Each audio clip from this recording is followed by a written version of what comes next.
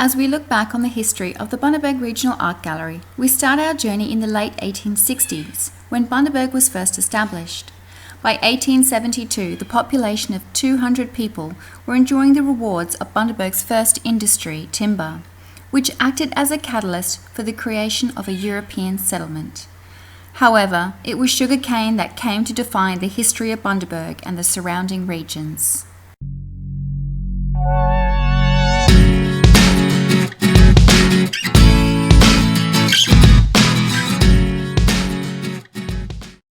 The Burnett River, named after James Charles Burnett, made an excellent location for Bundaberg's first customs house to be located next to. Designed by prominent Queensland Works Department architect John Smith Murdoch and constructed in 1902 by Toowong contractor Charles Miller for a total cost of £4,398. The building features the Royal Coat of Arms for the United Kingdom, showing the shield supported by the English lion and Scottish unicorn.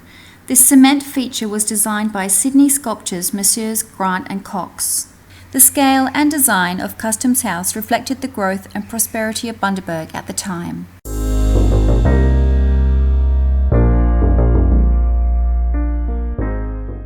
In 1921, the Commonwealth Bank leased the building from the Department of Works and Railways at an annual rental of £416. Bundaberg was only the fourth branch to be opened in Queensland outside of Brisbane. The bank was an imposing two-storey brick and cement structure with an iron roof, and from an architectural point of view was said to be the finest building in town.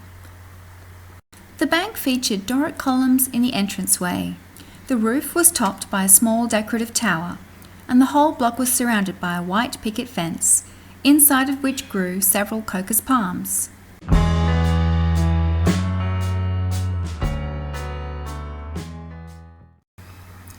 The bank provided a Saturday morning service up to the late 1930s, and during the Second World War the bank became involved in raising funds for the federal government, also acting as an agent for meat and clothing rationing authorities.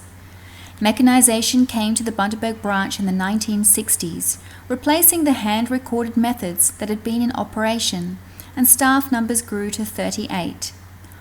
Office records commenced being maintained by computers during the 1970s.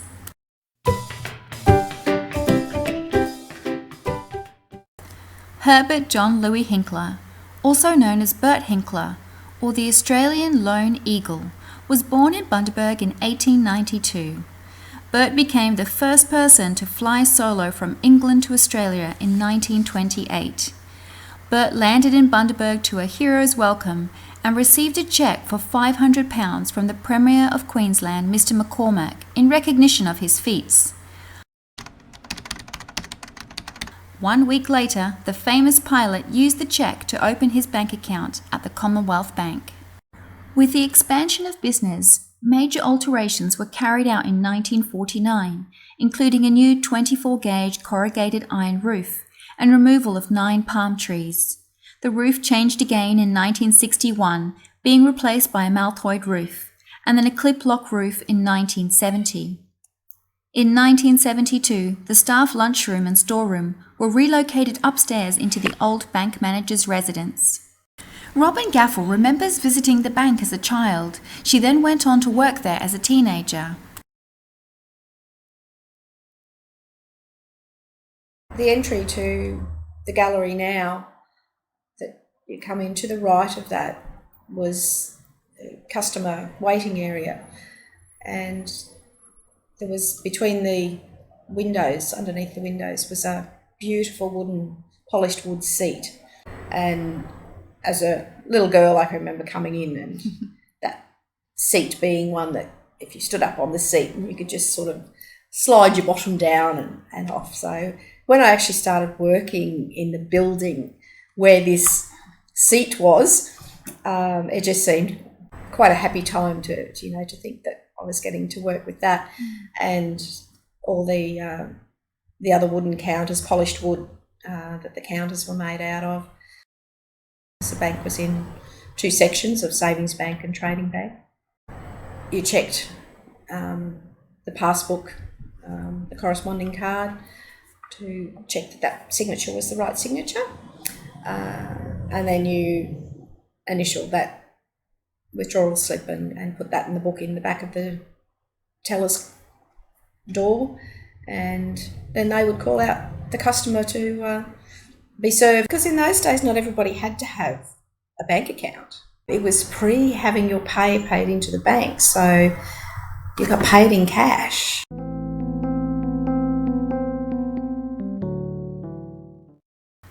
Then, on Friday, 4th July 1978, the Commonwealth Bank branch operations ceased and operations moved to new premises, and the building was sold on the 1st of August 1978 to the Council of the City of Bundaberg for $175,000 for use as a public library.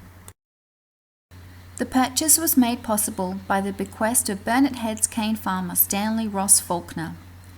The city's first free library service was officially opened on Friday the 29th of February 1980, with doors opening to the public on Monday the 3rd of March 1980. The front door to the library was located on Key Street.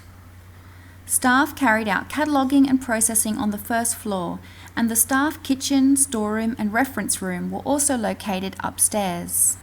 A rock fountain was a distinctive feature on the corner of Key and Barolan Streets. The downstairs floor housed the library desk, newspapers on shelves that went up to the ceiling, fiction and non-fiction and children's books, while the storage trolleys were kept in the old bank vaults.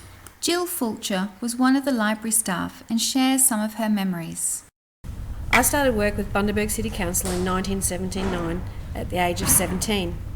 My job was originally to glue card pockets and date dues in all the new books. My first memory of walking into the building is walking through a maze of new books. There were no shelves at this stage and books were just piled up on the floor. Estelle Quinlan also worked at the Bundaberg Library when it was located at Barolan Street. Estelle remembers her time there. The Bragg building holds some fond memories for me. I started work there 36 years ago when it was the Bundaberg Library. There is a certain charm in the older architecture of this building which is not present in modern day buildings. My workspace was on the top floor, and being able to see out of the windows facing Key and Barolan Streets was wonderful. I sat in front of a beautiful old fireplace with a great mantelpiece. The interior staircase featured some fantastic craftsmanship. However, the kitchen area was freezing in winter and steamy in summer, and there was no air conditioning. Only 2 rooms upstairs were used as offices, and the others were used as storage rooms. Unfortunately, we outgrew the building, and it was not feasible to have a library space on 2 levels, but I missed the character of the old place. Having outgrown the space, the library relocated in the early 1990s.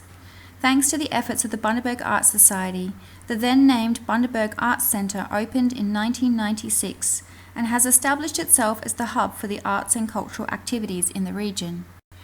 Today, key architectural features can still be seen in the gallery, including Doric columns, ceiling roses, and the living and working spaces used by past occupants.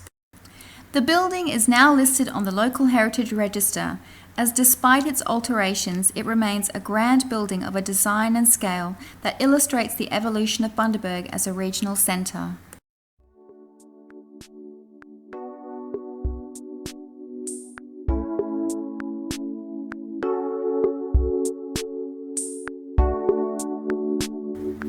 Whatever its future, the building will continue to attract locals and visitors alike, drawn to its history and key architectural features.